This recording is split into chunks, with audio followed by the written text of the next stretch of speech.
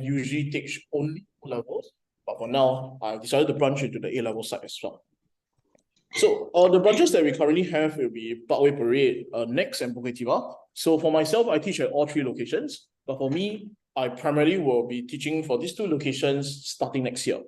I teach at Bukit Timah as well, but for those, it's only my J1s. They'll be there currently right now.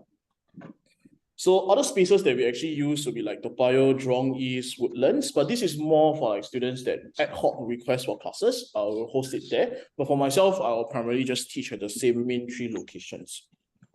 Who am I? Okay, my name is Kaiwan, and I've been teaching for about 6 years already. My educational background is that I studied math in uni.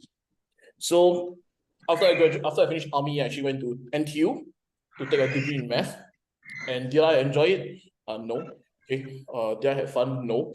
Okay, because it was damn bloody difficult for no reason. Okay, so H2 math, if you want to compare what I've studied, is basically the whole syllabus in 3 months. My first semester. And then everything else is brand new. So just to let you know lah. Okay, before you start choosing your courses for university. Okay. So what are we doing today? Now for today, we'll be doing differentiation. Okay, the techniques and the applications, which is, in my opinion, a pretty simple topic. Okay, but still people are pretty weak at it. So that's why I've decided to choose it this round for revision. So without further ado, okay, without wasting any more time, let's begin. So in front of you, for those that are physically here, there are the notes for the session 1 and session 2 notes. Now for the session 1, that one we covered functions, graphing techniques, and equations and inequalities. So for that, you get the notes for free. You can go and see the questions at the back to go and try for your promos as well. For session 2, that will be what we'll be doing today. And then session 3, the vectors notes, I will upload it by tonight. Okay, so you can go and look for it there after the session today. So let me first introduce to you the math tutors that we have. Okay, I'm the one in the fattest one there, the biggest one, me. Okay, I teach both O levels and A level mathematics. The guy, he teaches A level math at the Bukit Timah site, and the girl teaches both A math and E math at the Bukit Timah site as well. Okay, for myself, I teach both O levels and A levels. Okay. Now, what is this? So this is something that the math tutors are actually doing for everyone. And we are going to prepare questions, additional questions for you guys to practice. So it's on top of whatever we are giving to you today. This will be additional stuff for the rest of the J1 chapters as well. Now, actually, if you notice physically here, you're supposed, for those that are here for the very first time, you're supposed to have the revision kit, correct? I don't know whether you got take before. Have you taken it before? Never. Okay, by right, you're supposed to have lah. But the thing is that we ran out of stock, unfortunately. Okay, so if you really want, I actually printed more. It will be on the way tomorrow. So if you want, you can come here or Marine Parade to go and collect. Okay. Now the answers to all the questions that we'll be doing today, plus the curated practice questions that we'll be covering today, okay, all those online will all be uploaded onto the Dropbox folder 1 to 2 weeks from now. Okay. Without further ado, let's go. Let's head into differentiation. So for differentiation, right, the first thing I want to talk about is the main chapter, okay, on techniques of differentiation. Actually, at the very start, I've actually placed chapter 1.1 here as well, which is on limits and the first principle. To be very honest, depends on the school that you come from. Certain schools do not teach this. So to be very honest, I don't really want to cover. So unless you come from those schools that do cover these two sections, then you read the notes on your own, everything is filled in for you already. So this part is not very important. We move on into the main techniques of differentiation. What I'm going to do first is I'm going to run through all the concepts, and then after that, we're going to do some questions together. Okay? So let's start off first from page 11, the techniques of differentiation. Now, for the techniques of differentiation, there are a few things that you need to know. And what we have done for the notes is that we split it into the O-level syllabus and then the A-level syllabus. So the O-level syllabus are the formulas that you have already been taught to during your secondary school time. And the A-level ones are the ones that you're going to learn or you have already learned this round. Let's quickly go through the O-level ones first. So we all know that power bring down power minus 1. This is the basics of your differentiation. So no matter how complicated your powers are, we always bring it down and then we take the -1 of that power. One very important one that I would say is the chain rule formula here. So notice that your bracket is a little bit more complicated. This a in front comes from the differentiation d over dx of your ax plus b. That is where this a comes from. Sometimes instead, the formulas will be written as kfx to the power of n. It's the same thing. At the back, there will always be a f prime x. Understood? Next, your quotient rule and your product rule. Now, for quotient rule and product rule, we usually do them for fractions and for things that are multiplied together. Okay, the formulas are there. These are things you should already know from your O-level content. Certain cases where you can do differentiation and when you cannot, when you can use product and when you cannot. To be very honest, we can always use product rule. But of course, we already know how rigorous the H2 Math syllabus is. We try to do less okay, with whatever we have. So we always use the formulas that we can. Whenever you see things like this, please do not use product rule or quotient rule. It's a complete waste of time. Okay. Let's move into the trigo section. Now for the trigo section, these are the 3 formulas each that you need to know for your O-level side. Now just take note first, these 3 at the very end, this one, the one I'm highlighting in green, this, and this. This one depends on your secondary school. Certain schools do not teach this. If you have never learned this before, then please take note of this. This is how you differentiate powered trigo functions. So what we do is the same thing, power bring down, power -1, differentiate the angle, differentiate the trigo ratio. This is how I would say it. There's a list at the bottom here. So for example, this is how it works. Power bring down, power -1, differentiate the trigo ratio, differentiate the angle. Understand? So if you've never done this before, this is how we do it. Okay. Moving on into the exponential functions. Now for exponential functions, basically in the front of your exponential functions, we need to take the derivative. So f prime x e to the power of x, that will give you your differentiation for your exponential functions. These are things you already know. For your logarithm functions, okay, this one is a little bit different from the O-level syllabus, so I want to stress this. Now notice that for your logarithm functions, there are modular signs as well. So I believe you have already, you've been a while in JC already, you should know the power of the modular sign. Please remember that whenever you're taking the log of anything, the modulus is very important. You have to put the modulus sign whenever you are unsure about the domain of your x values. Understand? It's the same thing if you have already learned integration. When you're taking the integral of any of the following here, you have to take the modulus. You cannot not take it, or else you will get it wrong. Okay. Any questions so far before we move on to the A-level side? Just to check, what school are you guys from? EJ, both are. Behind? Where are you from? ASR. Okay, moving on into the rules of differentiation for A-level side. So for the A-level side, there are 3 things that we need to take note of. We talk about the extended trigo side, which is the secants, cosecants, and cotangents. So let's go through this first. Now on your notes, it should be highlighted already, the tool that is actually given to you in your formula list. Now there's a tiny typo. Can you please put a minus sign here? Sorry about that. And another thing, okay, this is not a typo, but maybe you just want to stress it to yourself. Whenever you use any of my materials, like digitally or whatever, you see it anywhere, okay, just take note that CSC just means cosecant. Okay, there's nothing wrong with it. It's just the way that my software works. Okay, that's why I cannot get cosecant. I only get CSC.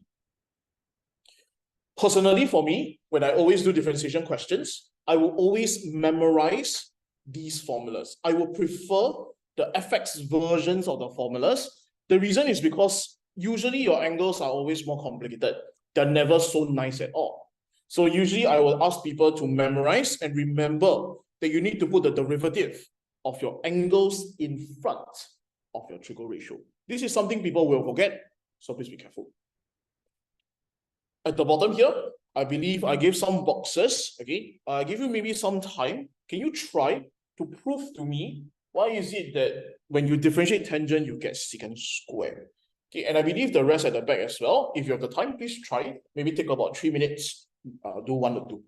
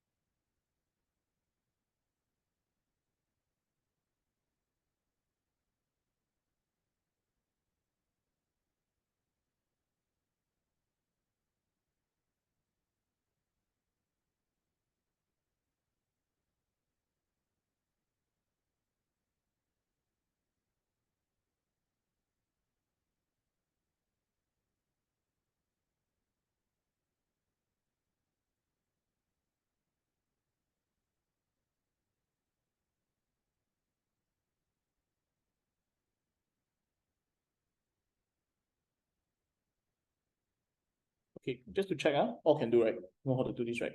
You just need to change tangent into sine over cosine. Okay, then you just differentiate using quotient rule. So for those that don't know, okay, I'll just show one, and maybe I'll do one of the complex trigo ones at the back. The rest you can settle on your own.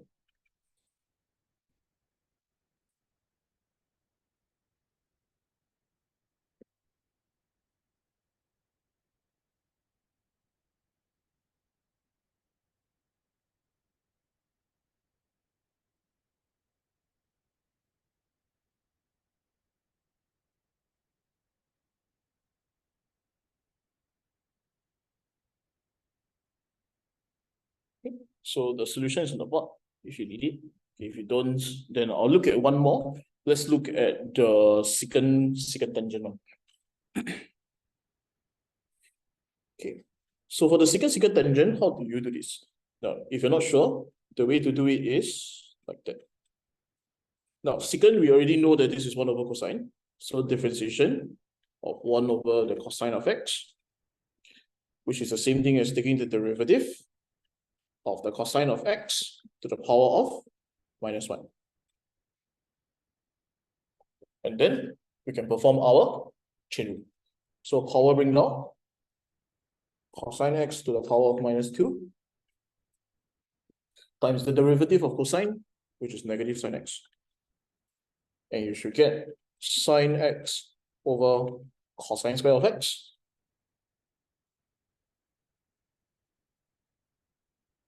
Which you can split into sine x over cosine x times 1 over cosine x, which is tangent x, secant x.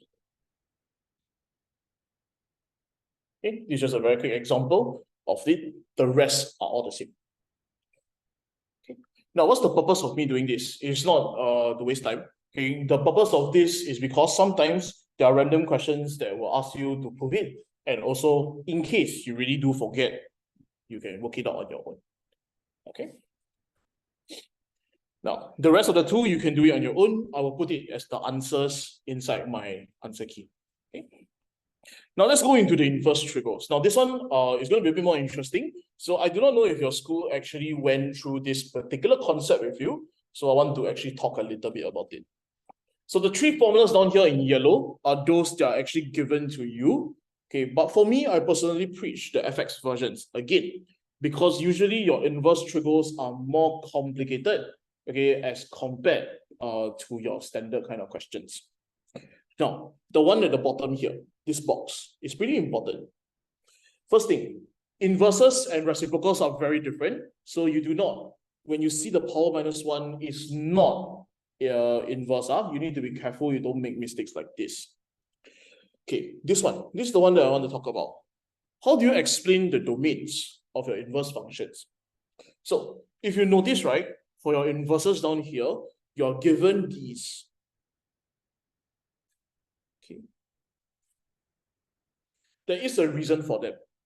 Do you know why?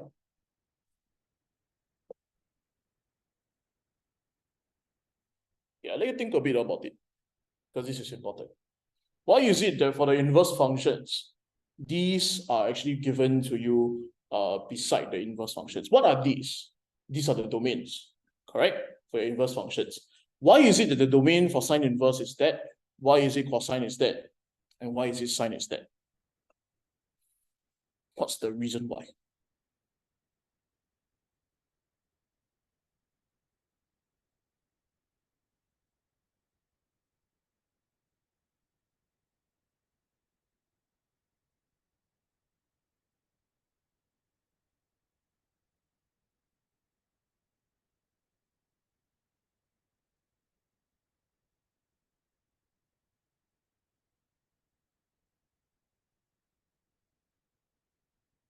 It has got to do with a few different things. You need to link, I think, 2 to 3 chapters together in order to work it out.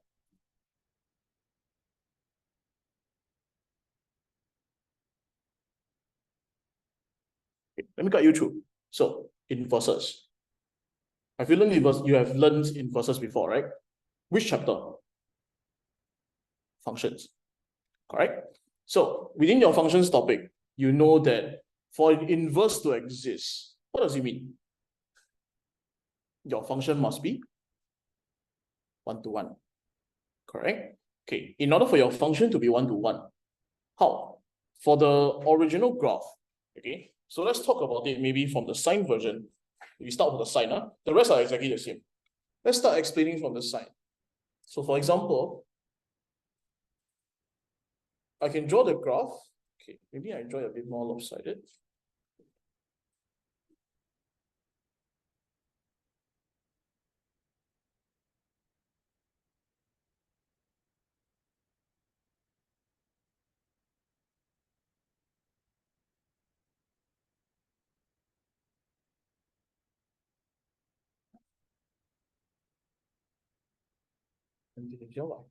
Now, this is your basic sine function. Do you agree? So we ask ourselves, are these 1-to-1? Is this function 1-to-1? Obviously not. Okay. So what do you need to do? You definitely need to restrict the domain. Correct? You need to restrict the domain of your this sine function right here. So where do you restrict the domain to? In between where and where? Yeah, start pointing fingers to ask people for answers. So where? do we restrict the domain to? It's not from the front and go to the back. So, where? Since you look at me.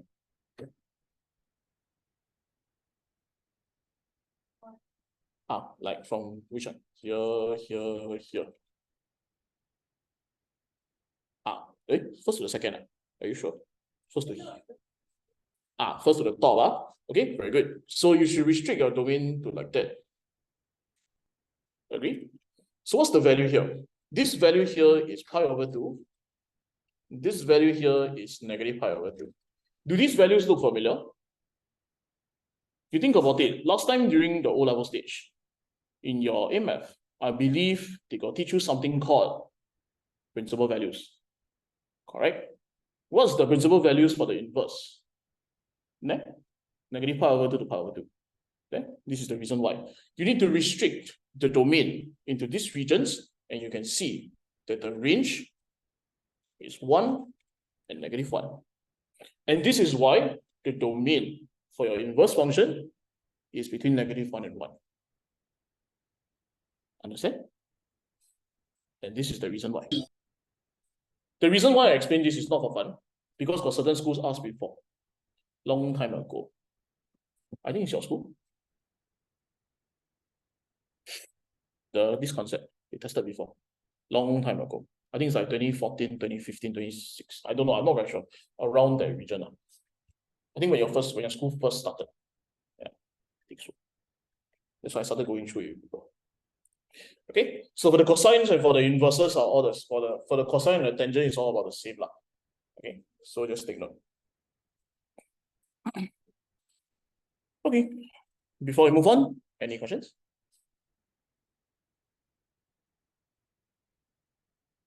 Okay, if nothing, can you prove one for me? How do you find sine inverse? Define the differentiation of sine inverse is equals to 1 over the square root of 1 minus x squared. How do you differentiate this?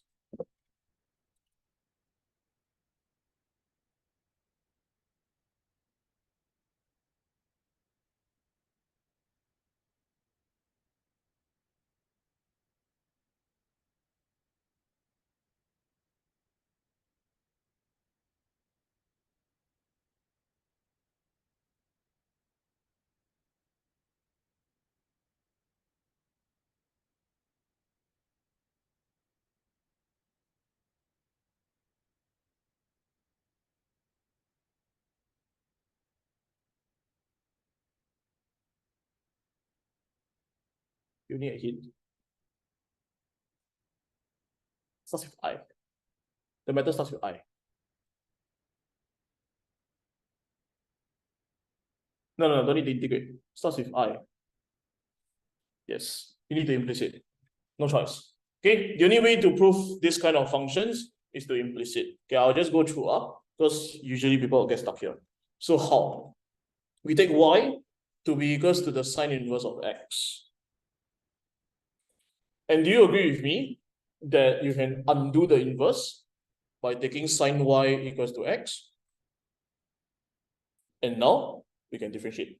So we differentiate with respect to x. And what do we get? When we differentiate sine y, we get the cosine of y. But because we are differentiating y, we times dy over dx equals to 1.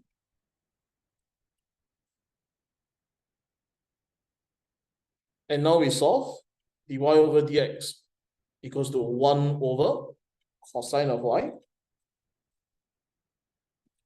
Now the question is this. You have cosine of y, but all of a sudden you have this.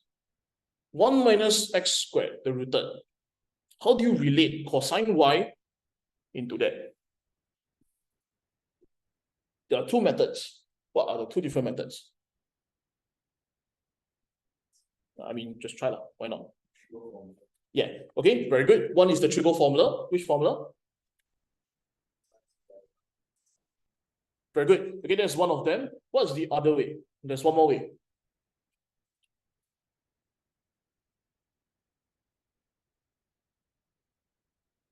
Okay, maybe I show that method first. So that way that he mentioned is this. So you take sine squared y plus cosine squared y equals to 1. we make cosine y the subject. Cosine y squared, cosine squared y equals to 1 minus sine squared of y. We take cosine of y equals to plus minus square root of 1 minus sine squared y. But because of your domain, you cannot keep it as plus minus. You can remove it and becomes positive 1 minus sine squared of y. And we already know that sine of y is x. So this is the root of 1 minus x squared. This is one possible way of solving it. What is another possible way? Does anyone know?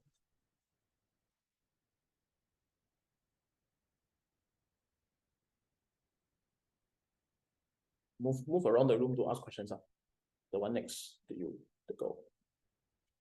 You know? Guess, try.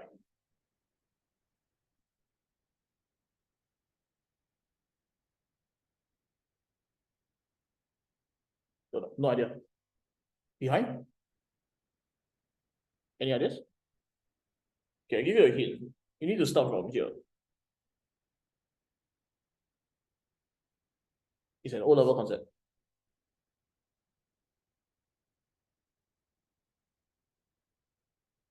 It's something that you have learned in O-levels. One type of specific questions that come out something like this. Yes, correct. Draw triangle. Okay, so someone said already, draw triangle. So how? We draw a right triangle. This is x, and this is 1. So this means that this side here is 1 minus x squared. So we can find what is the cosine of y, which is the square root of 1 minus x squared. And this is another possible way. Okay, thank you for whoever answered. Now for the remaining two, it's exactly the same. So I leave it to you. Okay. Now we can move on. Okay, so far, okay. Can I move on? Okay, moving on into your logarithm and exponential functions. Now for logarithm and exponential functions, okay, the rules are as such: a to the power of x equals to a to the power of x ln a. Now, let's say, for example, if you need to work out y, okay, there's a very simple reason why. We can look at it together. We need to differentiate a to the power of x. How? We need to do what? How do we differentiate a to the power of x? You have an unknown x in the power, so means you need to implicit. Ln, yeah, ln, sorry. You need to ln and then to implicit, obviously. Okay, so we let y be equals to a to the power of x. We ln both sides. Ln of y equals to x ln a. We implicit 1 over y, dy over dx equals to the ln of a. And then you solve. Dy over dx equals to y ln a, and that's your answer. A to the power of x ln a. Same thing, I preach the fx versions of the formulas because they are more powerful, okay, as compared to the original ones.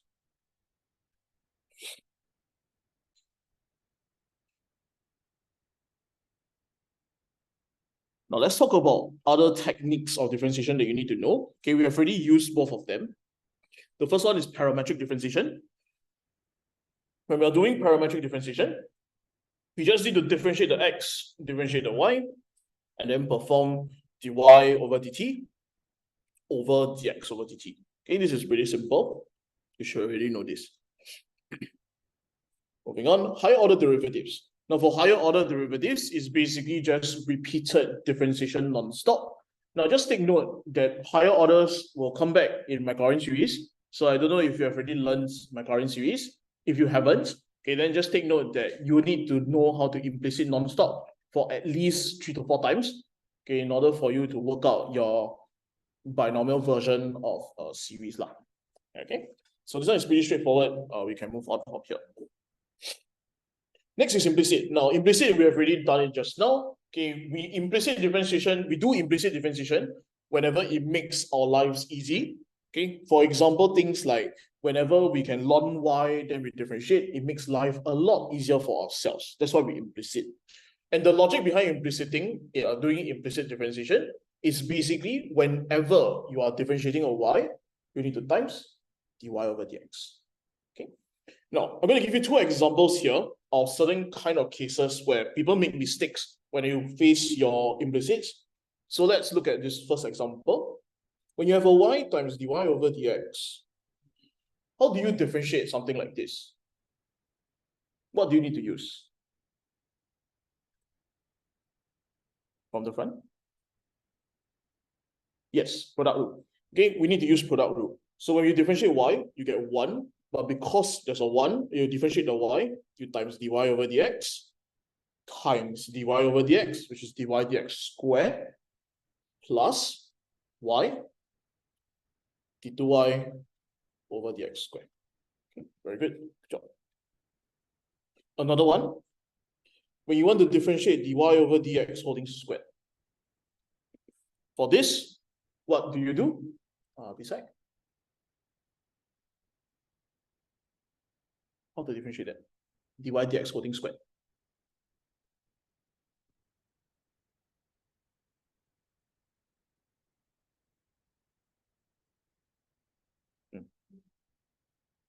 Just differentiate normally, just chain rule. Okay, power bring down, copy the dy dx down, times the derivative, the double derivative, d2y over dx squared. Okay, so these are things that you need to know. These are the two most common ones, the dy dx squared and the y times dy dx. Of course, if it's like x times dy dx, it's also product rule. Okay, any questions?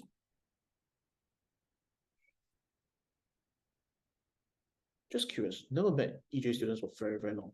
Your school have covered until where? Your definition of everything is what? Wait, J1 or J2?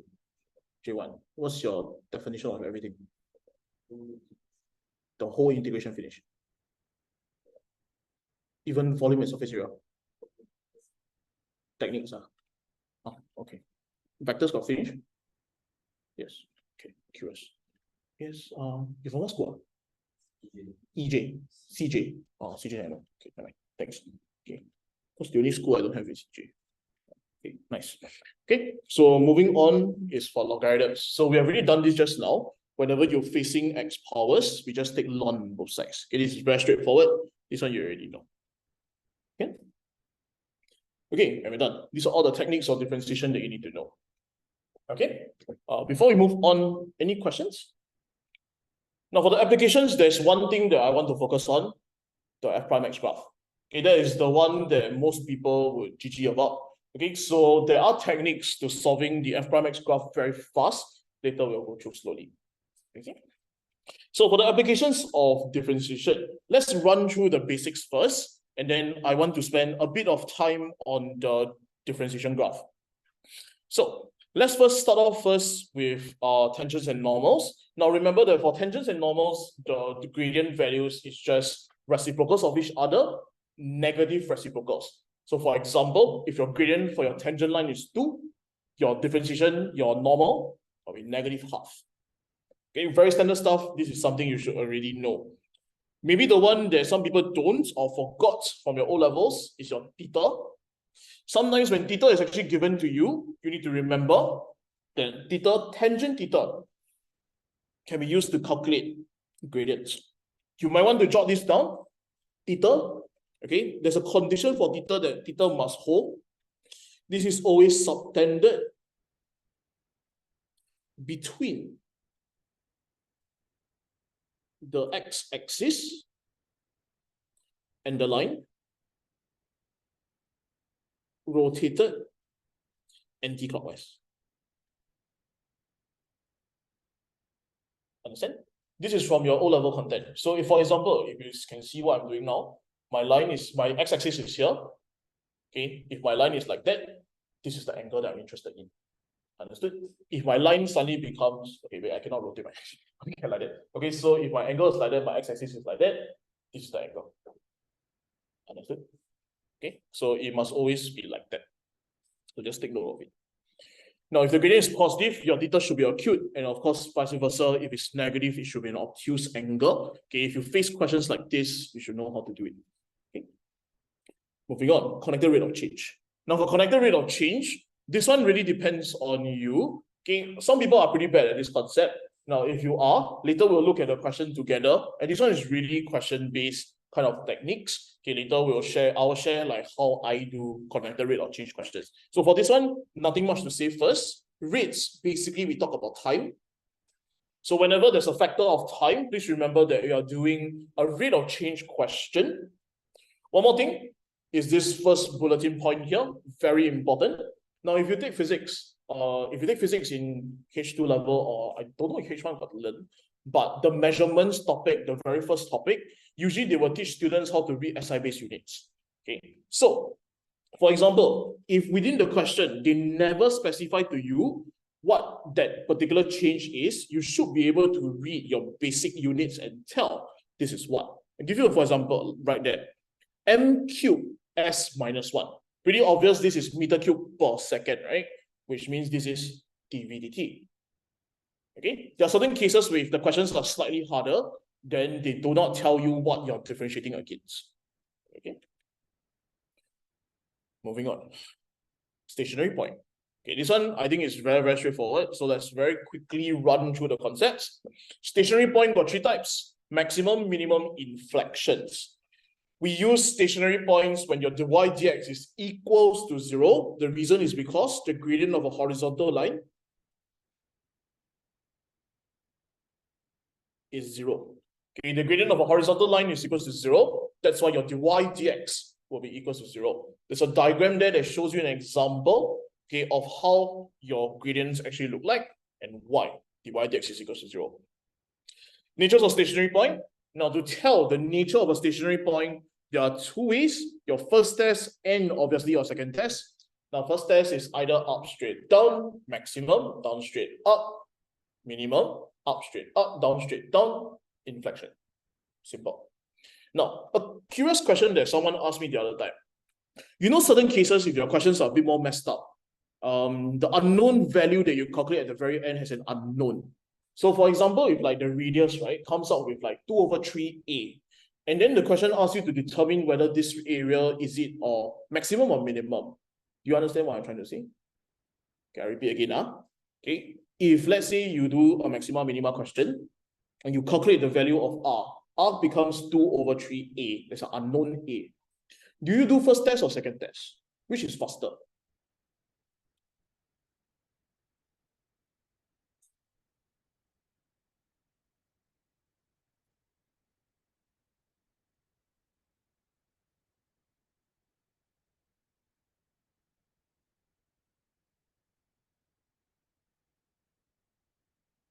Yeah, second.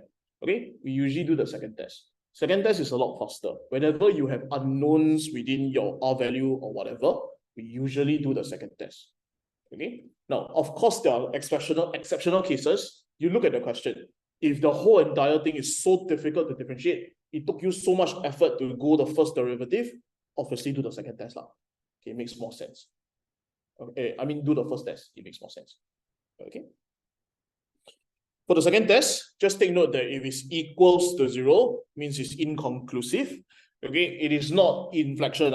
If it's an inflection point, you should be using the first test to prove the inflection. Shouldn't be equals to 0. Equals to 0 is an inconclusive test. Do you need to correction tape your test if you do it wrongly? No, just leave it on it. Just leave it as it is and then move on with life. Okay.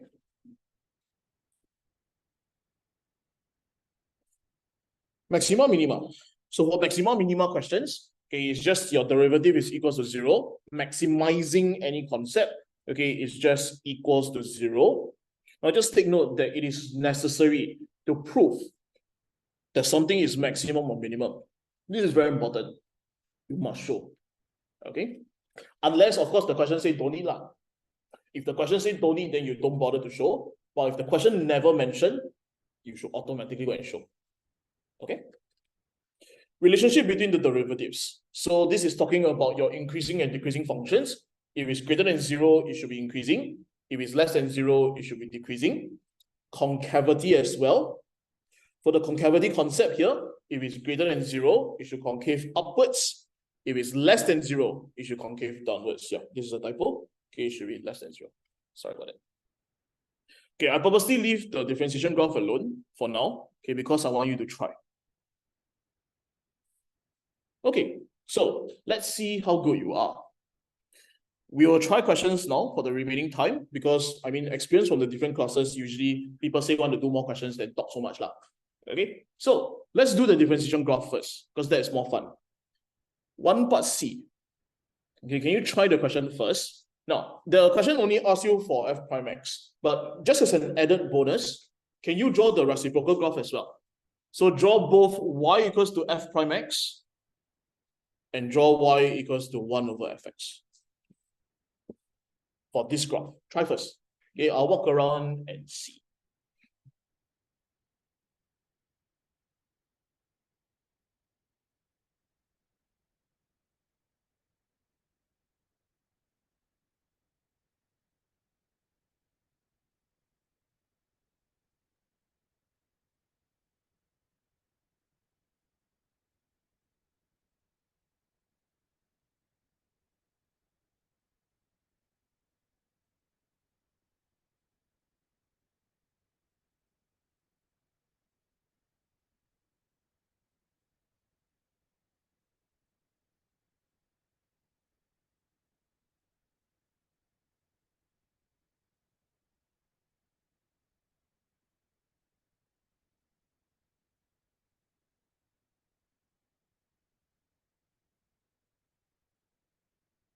I repeat again. Use this graph here, draw the derivative, and draw the 1 over fx. 1 over fx we did before, but and just try it. Okay, draw. I want to see how good your graphs are.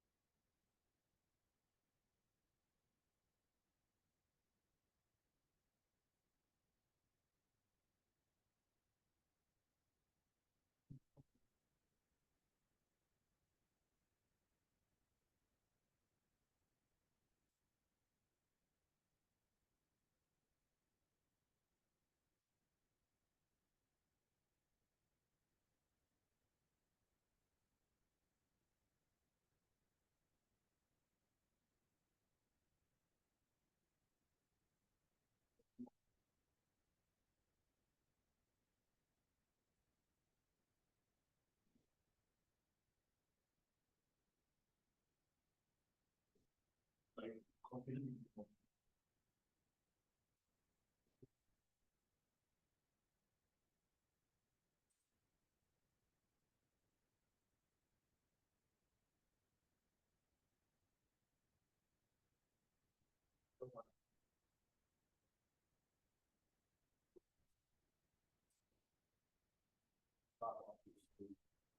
And we saw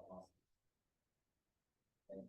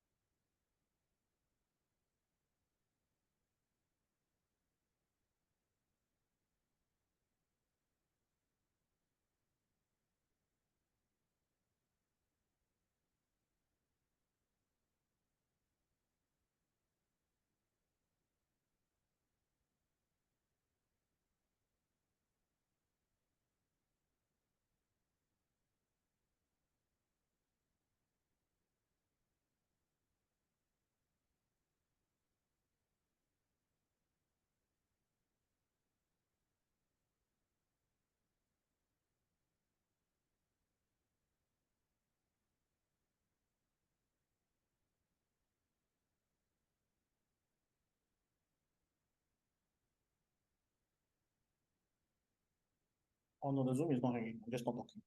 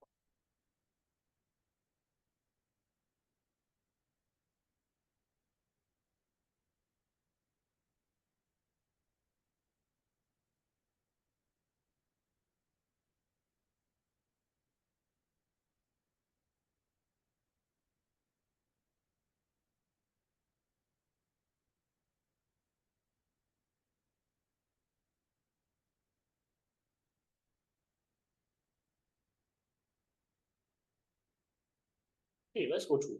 Okay. So for most people, able to draw the differentiation graph, it's the 1 over fx that's a bit questionable. It's okay. Okay, if you cannot do it, it's okay. So I'm going to show you how I do it. I can sketch the graph under 2 minutes. Okay, and I mean clearly everyone's taking like more than 10 minutes to sketch one graph. It's a little bit slow. Okay, so I show you a quick and fire easy way to do it. Trust this method works. Okay, so I'm going to show you for both the f prime and the 1 over fx lah. Okay, so this method is going to be a little bit strange if it's the first time of you encountering this. Okay, but trust me on it, if you do follow and you really do follow this method, it will help you. Okay, and I'm pretty sure lah, because it did help quite a few of my students. Okay, let's start with the f prime x graph. Okay, so I'm going to show you how I got to my answer, and then you see whether you understand this method or not. So the first thing I'm going to do is this. I'm not going to straight away draw the graph. There's no point. What I'm going to do is I'm going to draw a working line like this. Okay, I know you have learned the 1 over fx1, but it's the same thing. It's pretty similar. So later I'll show the 1 over fx1, but I'm going to do one for the f prime x graph. Now, this is not the answer. I say first, this is not the one that you draw on. This is just a working. Okay. So what we're going to do is we're going to chart out all of the important locations within the graph. So let's look at the graph together. The graph, right? Wait, so the graph, what important locations do we have? We have -1. Okay, when I mean important, I mean things like intercepts, y-intercepts, or any of the asymptotes. That's what I mean by important. So for example, -1, 1, 4. These are my important locations. So far, okay? After that, what I'm going to do is this. Okay, I'm going to write 2 different pieces of information on my line. An arrow, and whether is it positive or negative. Now, let me explain what this means. Let's look at the graph first. Now, first thing you need to understand is that we're going to go from left to right. I repeat again now, left to right. So we literally take a pen and just trace. So you see how I'm doing it? Like that. We just trace. And we ask ourselves some important questions. Okay. What I like to do also is to write values, to be very honest. So we ask ourselves, at this point here, can you give me an aggregation of what gradient value that point will be? What's an agar value going to be like? Any guess? Any guess? -2? Fair guess? Okay, it's a minus value because it's pointing like that. It's going like that. You can try drawing the tangent lines. It's all like that. What will be a value down here? This value will be -100. Do you agree? It's just an estimation. It's just anyhow one. Okay, but it's negative 100 because it's very, very steep so far, okay? Here, what value do you think is going to be? Negative 100. Why? Because it's very steep. Then somewhere about here, what's the value going to be like? Maybe negative 50. Do you agree? When you hit here at 1, what value do you think is going to be? 0. Why? Because this is a stationary point. It's written in the question that this is a stationary point. Next, we talk about here. What will be the value? Agak-agak. Do you agree maybe 20? Fair assessment, right? When you go back to here, this will be 0. When you go to here, this will be negative 20. And here will be maybe about negative 2. So far, okay? So far, can you understand what I'm trying to do? I'm just charting out around the graph what are the potential values for my gradient. And now what we're going to do is that you see all the regions that I've drawn here. I'm going to identify what is happening to the values. So between negative infinity to negative 1, let's see. We start from a negative 2, go to a negative 100. The value has decreased. So that's why we point down. Between negative 1 and 1, let's see the values together. Negative 1 to 1, negative 100 to 0. The values are getting bigger. So you're going up. So we point up. 1 to 4. Let's see the values are 0 to 20 and then 20 back to 0. This means you're going up and down. Agree? And now 0 to negative 20 and then to negative 2. Means you're going down, then back up. Agree? I repeat again. 0 to 20 to 0 is up, then down. 0 to negative 20, then to negative 2 is down to up. Agree? So let's write that down. So this is going to be up, down, then down to up. Okay? Next thing we're going to write, positive or negative. Are the gradient values positive or negative? You just look at your own graph, it's very obvious. We've already written the values down. Negative 1, negative infinity to negative 1. The values are negative. Then it's negative again from negative 1 to 1. Positive from 1 to 4. Negative from 4 to infinity. Agree? So the values will be negative, negative, positive, negative.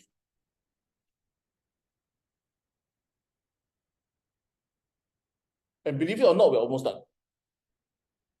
Next, we're going to identify all of these critical points. What did they become? So we ask ourselves, negative 1 here. Negative 1 is a asymptote. Asymptote becomes asymptote. This remains as an asymptote. So you just label this as an asymptote. 1 is a turning point. So turning point becomes a x-intercept. 4 is a turning point as well. So this is an x-intercept. And we're almost done, really, almost done really. The last thing is this. Write down what is happening at the ends. So I'll leave 2 bubbles there for us to fill up what is happening there. So let's look at the graph. This value here is negative 2. And do you agree that when you continue, it's going to approach 0? Understand? So your gradients are approaching 0. Same thing for the other side. It's also approaching 0. Okay? And we're done. Let's draw the graph. So this is approach 0. So maybe I just like to do this. Just draw an arrow to 0 and draw an arrow to 0. And believe it or not, this whole entire thing gives you the entire answer. So watch. Okay, slowly. You don't copy first. You can just watch how I do it. We know there's an axis here. Y, X. Follow asymptote. Asymptote is negative 1. So we'll mark down the asymptotes. Okay. And follow the instructions. Literally just follow. We are starting from 0 down negative. Means we start from the negative region and go down. So means like that. Okay? Going up negative to an x-intercept of 1. So it means like that.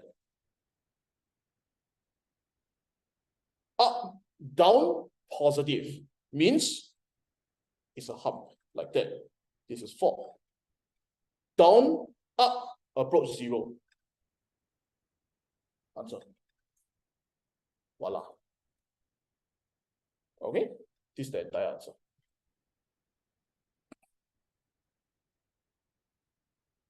Okay, so this is how you draw f prime x.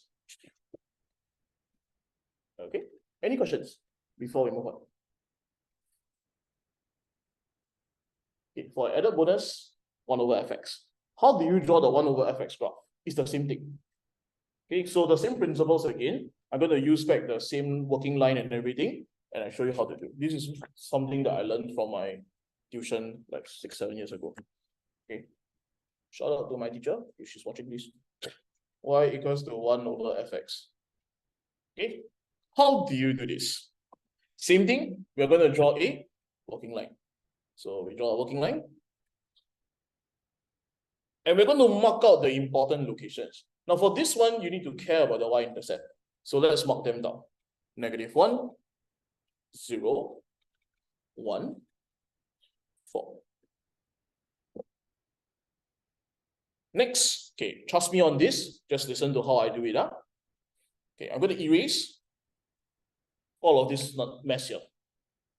I erase. Everyone okay? Okay, follow me. I'm going to trace from left to right. Repeat again. Left to right. So we start identifying whether is it going up or going down using the arrows. Okay, slowly. Now we start from left to right. So we trace. This is going down. If it's going down on the original graph, means your 1 over fx must be going up. It's the reverse. Understand? I repeat again. We are going down. We trace from left to right. It's going down, means your 1 over fx is going up. Okay, so I'll write the arrows in a short while. Let's trace everything together first. -1 to 0, I'm tracing down, means it's going up. Understand? 0 to 1, going down, means going up. 1 to 4 is going up, means you go down. 4 to infinity, going down, means you go up. Clear? It's the reverse, literally the reverse. So let's write the arrows down. And the arrows are up, up, up, down, and up. Clear so far? Next, we're going to identify negative and positive. This is very simple. You just read off the actual graph. We see the values yourself. Very obvious. This is negative, positive, positive, positive. Why? Because the values are positive and negative. Okay? So we write it down, negative and positive. So negative, positive, positive, positive, positive. And we're almost done. Let's label what is happening to all my positions. -1 is a asymptote. So this is an x-intercept. 0 is a y-intercept. So it remains as a y-intercept. But you must remember the coordinate changed a little bit. It became 0, 2. 1 is a turning point. So turning point becomes asymptotes. 4 is a maximum point. So it becomes a turning point. And this will become 4, 1 over 8. Last thing, let's write the corners. What's happening to the graph here? And we just ask ourselves very important questions. So just follow my train of thought. These values here are becoming really very, going towards what? 0, right? Do you agree? So 1 over 0 is what?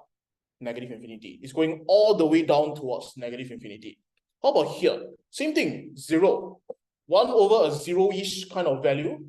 1 over a ridiculously small number is going to be very big. So it's going to positive infinity. Understand? So this is negative infinity to infinity. And we're done. Let's draw. So follow the graph. Y-intercept is here. X-axis is here. Negative infinity, okay, so we trace negative infinity, negative going up to an x-intercept. Like that. Yeah. -1 to 0, positive up to a y-intercept of 2. Done. Positive up to an asymptote.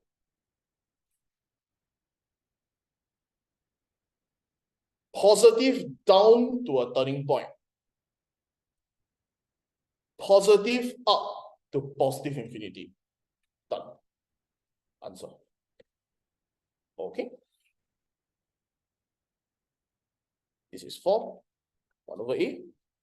And then you just label everything. -1, 0, 0, 2. And that's the entire answer.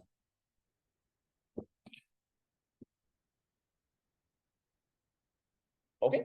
And this is how you draw f prime and 1 over fx in the quickest way possible. Of course, there are certain steps that you can miss, in my personal opinion. This is a bit redundant if you can go fast. But I would say that this is pretty good. Because while you chart out literally everything and you just follow, do exactly what I do. I just read off negative infinity, negative going up, so like that just follow. Very simple. Okay, there are a few things that you need to take note of. They are criminal. Number 1, you cannot point to an infinity. You cannot point to an asymptote line. It means that your asymptote like that, you don't all of a sudden just like that. Your graph like that. Cannot. Your graph also cannot start from nowhere. Your graph cannot start from in the middle of the asymptote. It doesn't make sense. Another thing, if you're exiting, just remember this. If you're exiting at an asymptote, you should enter back at an asymptote. You get what I mean? Means if it's like that and your axis is here, you don't from the axis, then you go out. It doesn't make sense. Okay, it has to be from asymptote, then you come back from an asymptote. It doesn't need to be the same point, but it should be within either top or bottom. Okay? Is this clear? Any questions about my method of drawing the graph? Can understand what I was trying to do, right? Okay, so I really do hope this helps you out. Okay? So for the remaining time, question 1, the remaining parts. Try. And then after that, we look at the EJ questions. Question 5. No, question 4, sorry. Okay, we look at 1 first. So I'll give you about a few minutes. Please look at question 1, part A and part B. And I'll go around to continue to chat with you.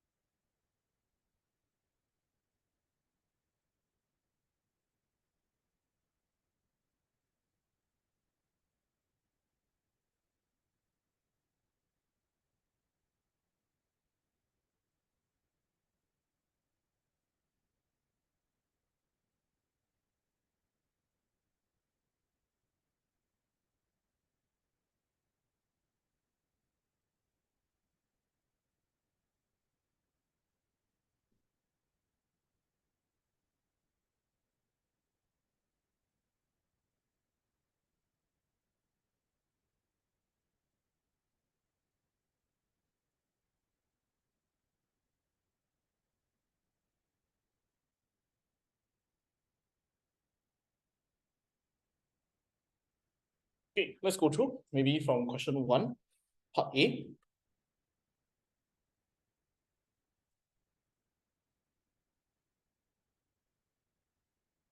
Okay, so this is one part A, yeah? The solution for one part A. Okay, so we are given that y squared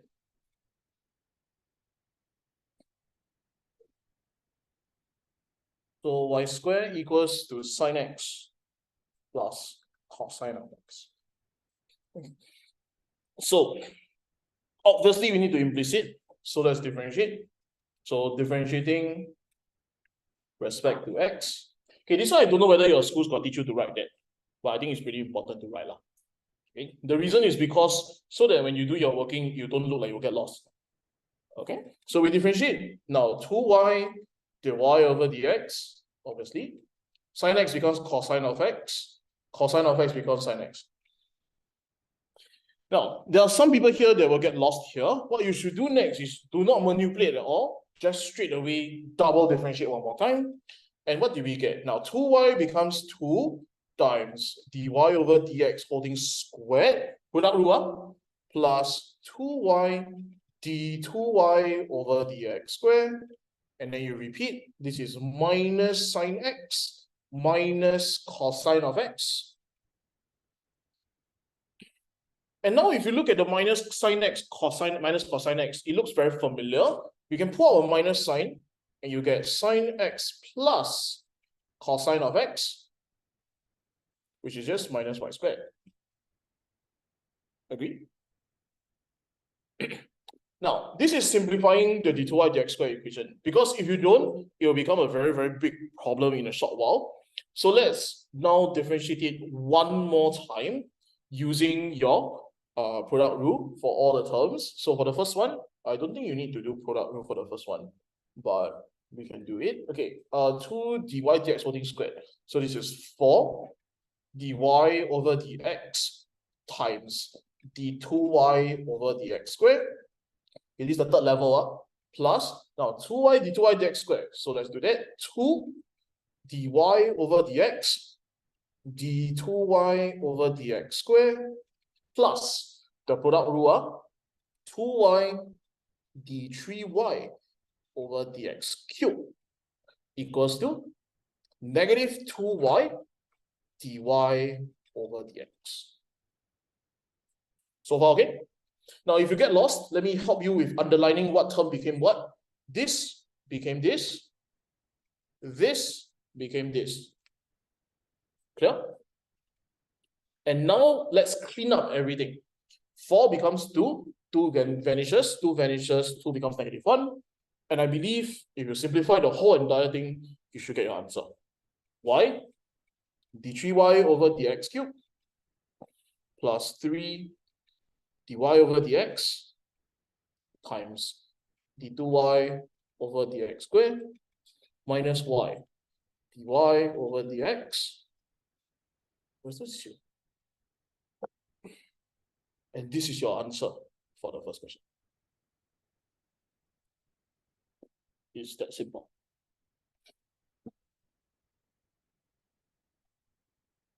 Okay? Any questions before I move on? Oh, before I'll let you give you some time to try.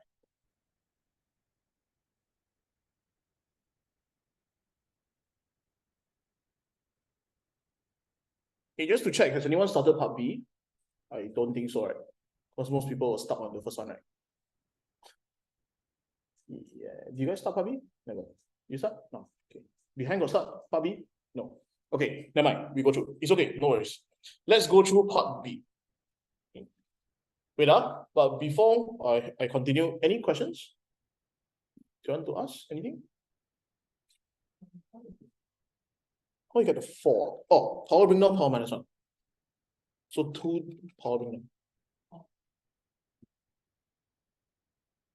You know, questions? Can okay. Behind, okay. Everyone still alive?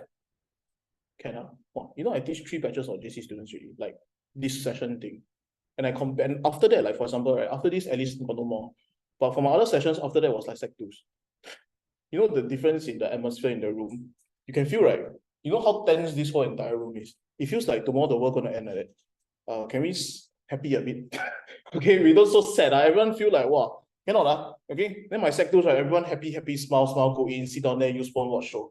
Then everyone here, like, we're gonna die like that. Hey, chill people. It's just H2 math. It's just math. It's not that difficult for some. Okay, joking. Okay, moving on. Part B.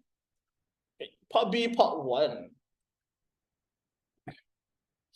Now, for part B, part 1, we have the equation y cubed minus 2xy plus 3x squared minus 3 equals to 0.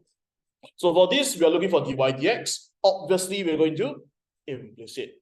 Okay, I mean, if until now you still don't know yet, you need to implicit, something is very wrong. So you differentiate with respect to x. We get 3y squared dy over dx plus 2. Okay, this one requires you to use product rule, so be careful. Minus 2y squared. 2y squared. 2y squared. Oh, because it's y squared. Sorry. 2y squared before. Plus 4xy dy over dx plus 6x equals to 0. Let's clean this up and factorize. We get dy over dx, 3y squared minus 4xy equals to 2y squared minus 6x. And we're done. Let's simplify this down. Dy over dx equals to 2y squared minus 6x over 3y squared minus 4xy. Finish.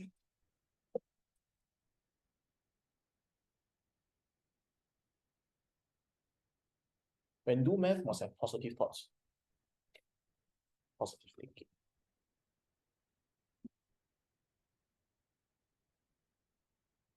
Part 2. What did the question say? We're talking about gradients, right? If I'm not wrong. Question is asking you about. Let me just check the question. Find the equation of the normal at a curve at a point 2, 3. So pretty obvious. We need to sub in. Part 2. Dy over dx when your point 2, 3. Sub it in, and I believe the value should be 2. Now, please remember that this is the tangent value. So let's work out the gradients of the normal. So for my normal, it's -half. Solve the equation. Y minus 3 equals to -half x minus 2. Final answer, y equals to -half x plus 4.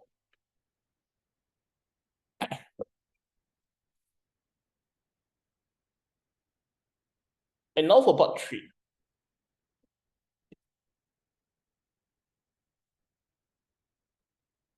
Given that C meets the y-axis at the point R, and the normal in B part 2 meets the y-axis at the point A, find the area of the triangle APR in the following form, where A and B are integers to be determined.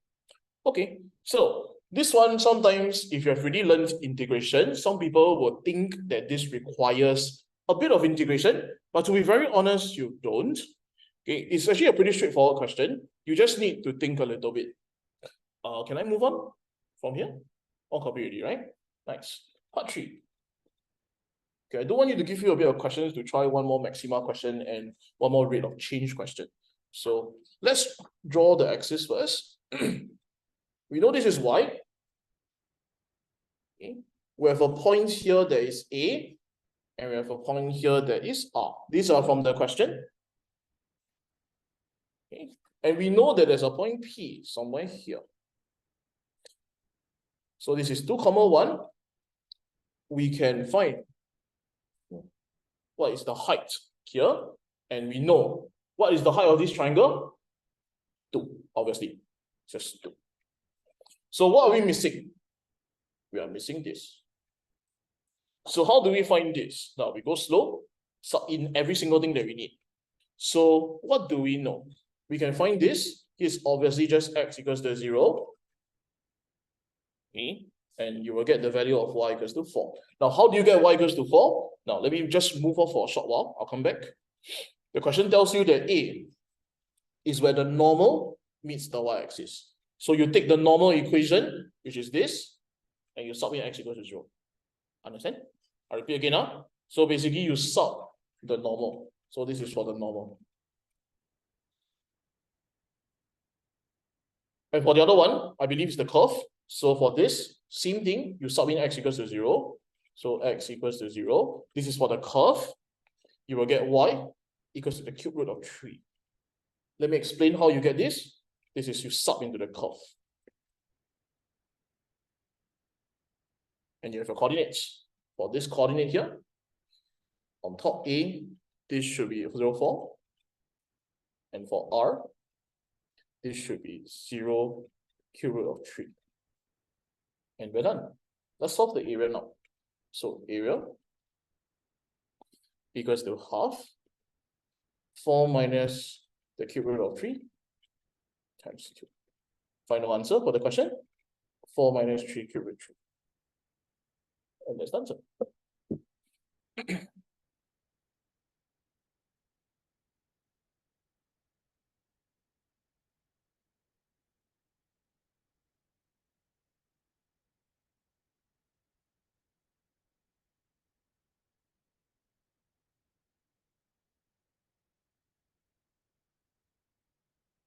Okay. Anyone has any questions to ask? In front, okay? The two girls in front. Behind the tree. Okay. You shake your head. No. Which one cannot? Cannot ask anything? No. Okay. The two of you, okay? You sure or not? I think you're mentally not here already. Are you okay now? Yeah? You okay? Okay. Can. We're about half an hour left. Can we do one more question? Okay, we choose the hardest question in this whole entire paper. Why not, right? Just for fun, right? Okay, and it's from your school. Why not? Okay, the EJ question. Question part C.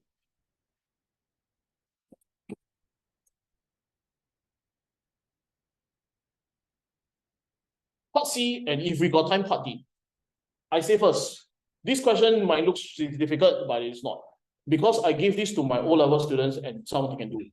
So if you cannot do, shame on you. I say first. Because my O-level students can do this in 10 minutes.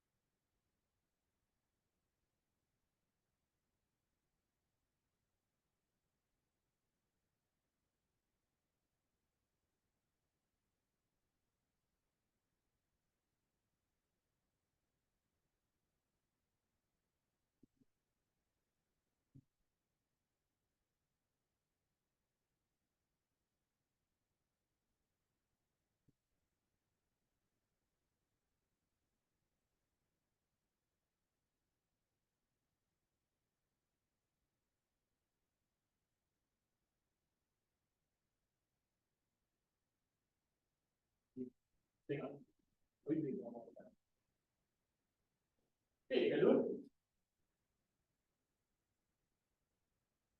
can do part A. Very minimally can do part A. Okay, nice. Thank you.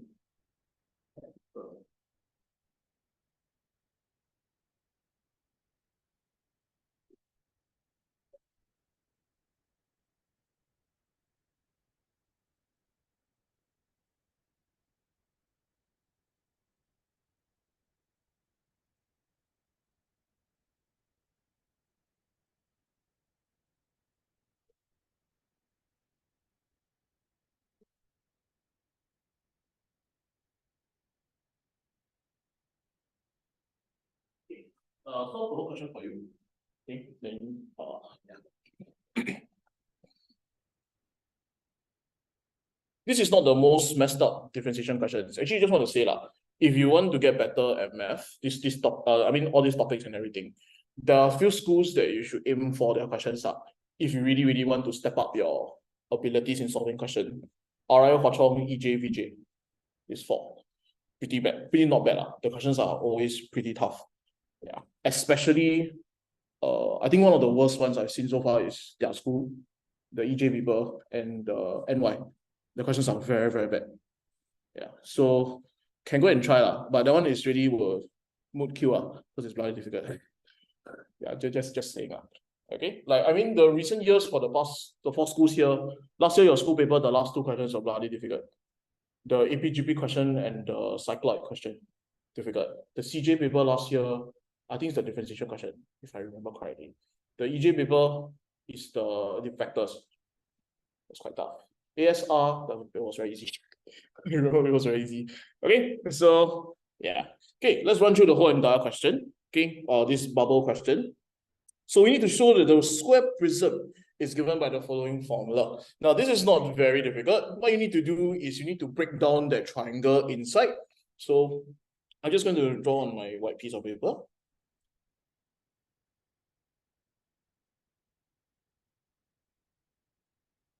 Okay, so let M be the center of the square base. So let M be the center.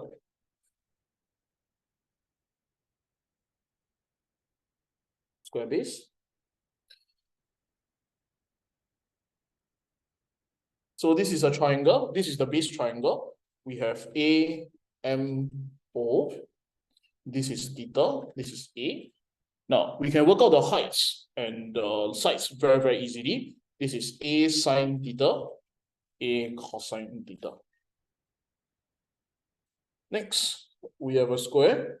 This is the square base. And we can join up the sides very quickly. And these are A, B, C, D. And let's call this M. Now, do you agree with me that this piece here is A cosine theta? You also agree that this is also going to be A cosine theta? So how do we find one of the sides? It's definitely Pythagoras theorem. So one of the sides can be computed using Pythagoras theorem. So AB squared plus AB squared equals to the square of 2A cosine theta, whole thing squared. 2AB squared equals to 4A squared cosine squared theta. And we can make AB the subject of the AB squared the subject of the equation, which is 2A squared cosine squared theta. Why do we keep AB squared? Because AB squared is the area of the square base. What is the height of your prism? The height is definitely 2A sine theta. So, are we ready to solve? We are. So let's start. The volume is going to be 2A squared cosine squared theta times 2A sine theta. And that will give you your final answer for A cube cosine squared theta sine theta.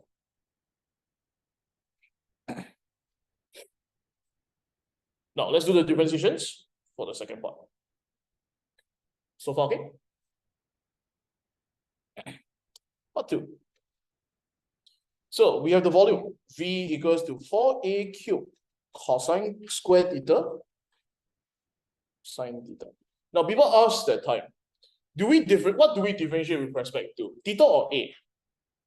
Should be obviously theta. It shouldn't be a. Why? Okay, wait, because people smiling, so means differentiating with respect to a.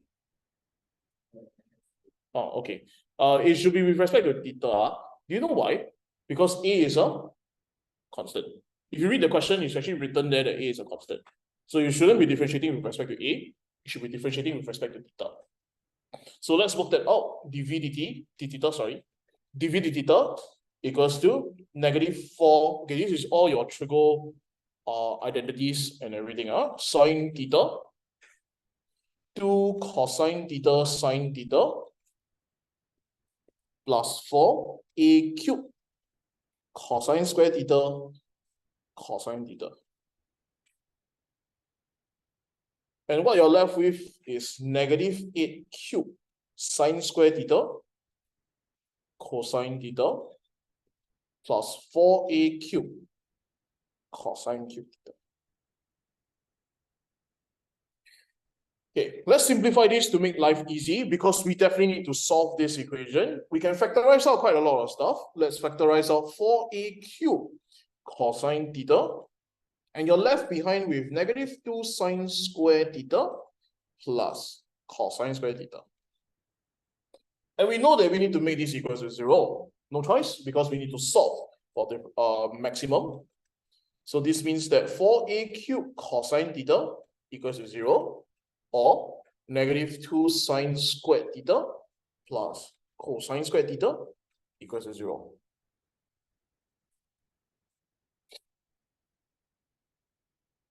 Now, we can continue. This is pretty obvious that cosine theta is equals to 0. Your theta will be pi over 2. Now, question, can your theta ever be pi over 2? Is it possible?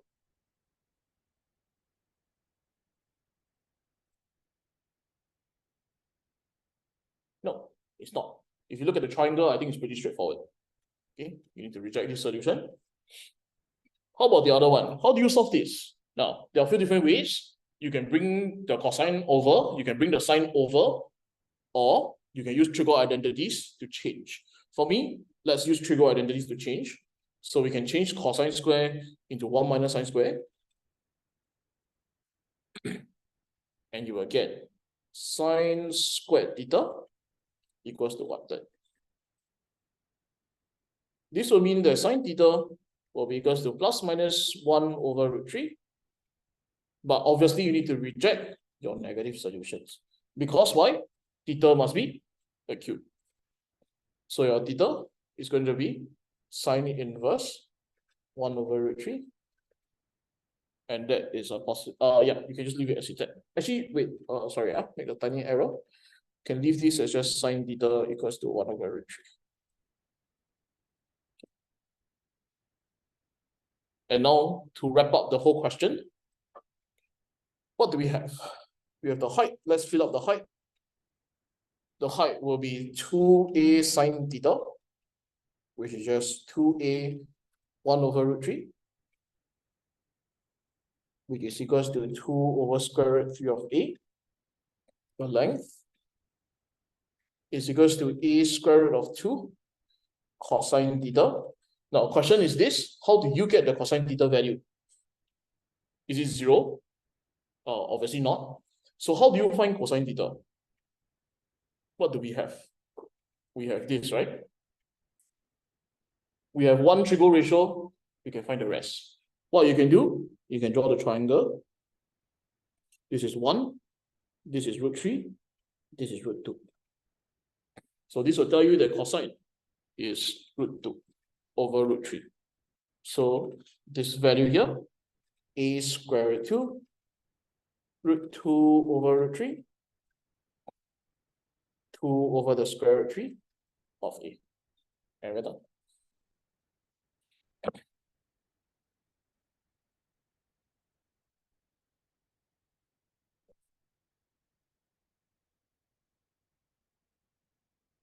And now to complete the question, okay, we can complete the question now. The question is asking you what is going to be the shape of the square prism. I think it's pretty obvious now. The height and the lengths are all the same. So this is a cube. Okay, this is a cube.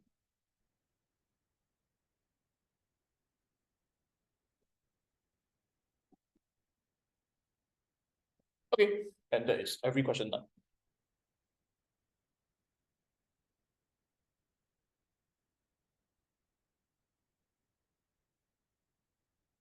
Yeah, I mean 2 hours is not long enough lah to go through so many questions. So I can do the best I can. Okay, but I think the priority was that I go through the differentiation graph, which was I think one of the main critical things that a lot of people are very bad at.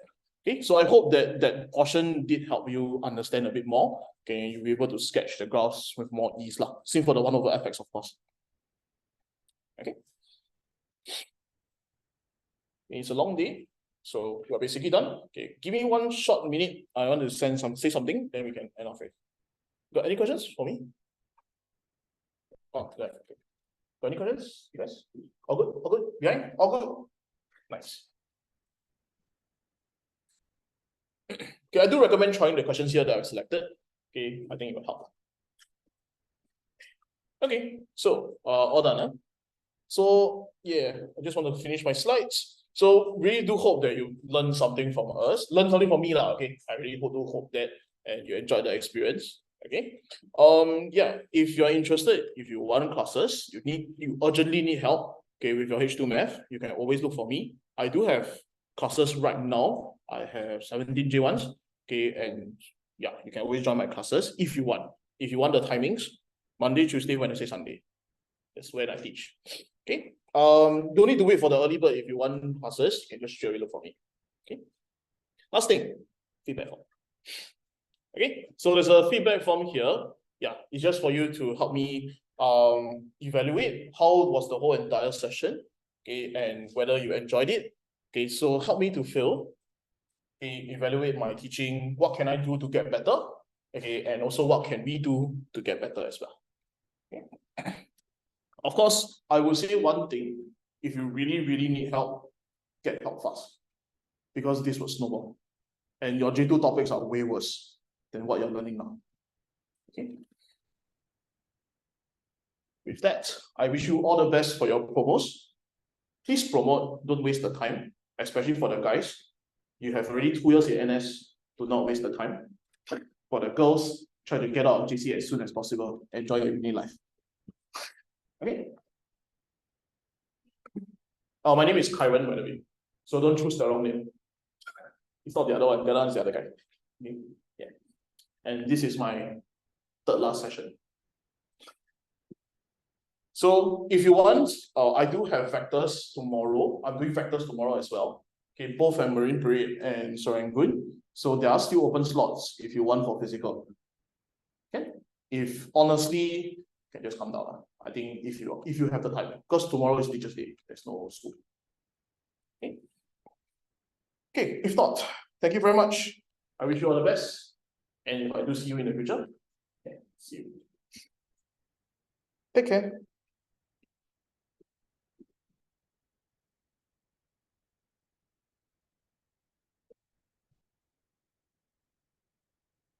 Students, you.